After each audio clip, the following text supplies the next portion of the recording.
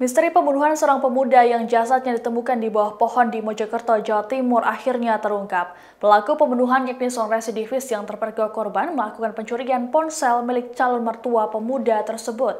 Sebelum peristiwa naas, korban sedianya akan meminta pelaku untuk mengembalikan ponsel curiannya saja namun malah dibunuh. Dikutip dari tribunjatim.com, korban bernama Rizky Ardianto, 27 tahun, ditemukan tewas di bawah pohon yang berada di Jalan Raya Temon, Dusun Keraton, Desa Temon, Kecamatan Trawulan, Kabupaten Mojokerto, pada Selasa 24 Agustus. Polisi lantas meringkus pelaku bernama Edi Susanto, 39 tahun, warga Desa Wonorejo, Kecamatan Trawulan. Kepada polisi, Edi mengaku menghabisi korban lantaran kepergok mencuri 2 ponsel milik calon mertua Rizky di warung sate tempat korban bekerja. Kapolres Mojokerto AKBP Doni Alexander menjelaskan bahwa setelah pencurian tersebut, korban bersama calon mertuanya mendatangi Edi di kosnya. Lantaran iba dengan kondisi tersangka, Rizky pun memaafkannya. Rizky lantas meminta agar tersangka bertanggung jawab untuk mengembalikan ponsel tersebut, namun dalam keadaan yang berfungsi. Keduanya lantas menuju tempat reparasi ponsel.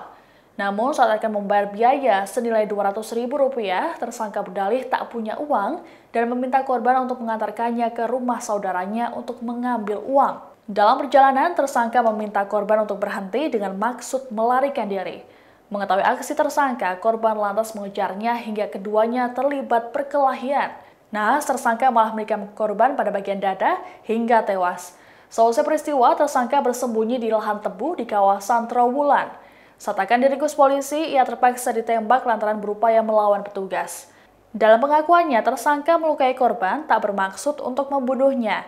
Kini akibat perbuatannya, tersangka dijerat pasal 340 KUHP tentang pembunuhan berencana dengan ancaman maksimal hukuman mati dan minimal 20 tahun penjara, dan atau pasal 338 hukuman paling lama 15 tahun. Pak Edi melakukan perbuatan ini, apa yang mendasari menyiapkan senjata ini dan akhirnya membunuh dari korban? Buat jaga-jaga. Jaga-jaga kenapa, Pak? Mau dimasak. Mau dimasak. Iya. Siapa yang mau masak, Bapak? Ya kalau belum akan masak.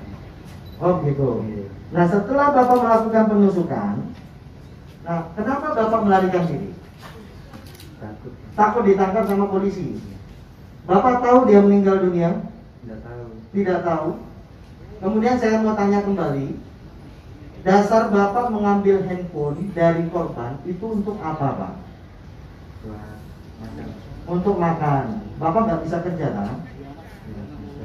Kenapa Bapak bisa kerja tapi tidak melakukan hal-hal yang positif untuk bisa mendapatkan makan, Pak? Nah, Bapak sudah berapa kali keluar masuk dari lapas? 2 kali. 2 kali. Dengan kasus apa, Pak? Sama, pencurian handphone juga. Ya mungkin ada teman-teman mau ditanyakan? Nggak sengaja ini. Nggak sengaja. Iya. Kamu terjadi sendiri kan? Iya. Lalu Bapak dengan korban kan cuma berdua. Iya. Tidak ada warga masyarakat yang mengejar Bapak. Dan Dan niatnya, awalnya pemilik handphone ini sudah bersedia memaafkan Bapak. Hanya meminta kepada Bapak untuk memperbaiki handphone tersebut. Namun kenapa Bapak tega membunuh anak dari korban pemilik handphone? saya didorong-dorong sama itu sakit hati. Didorong-dorong sama dikata-katai.